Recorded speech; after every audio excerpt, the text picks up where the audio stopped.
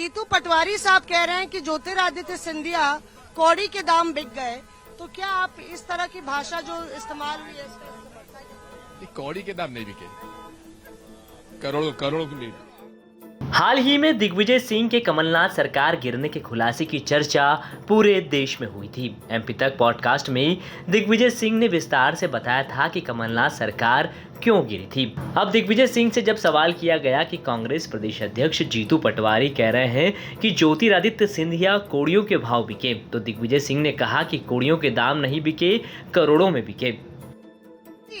एक और मसला है जो आपके मध्य प्रदेश का है।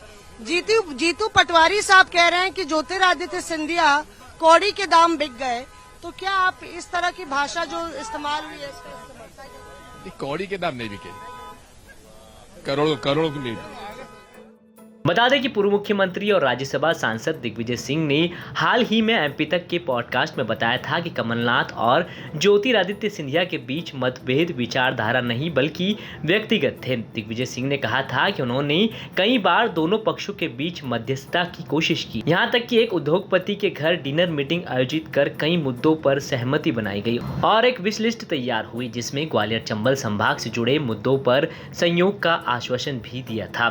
दिग्विजय सिंह ने कहा था कि उन्होंने भी उस लिस्ट पर साइन किए थे, लेकिन बाद में उसका कोई पालन नहीं हुआ। इस वजह से विवाद बढ़ा और सरकार गिर गई।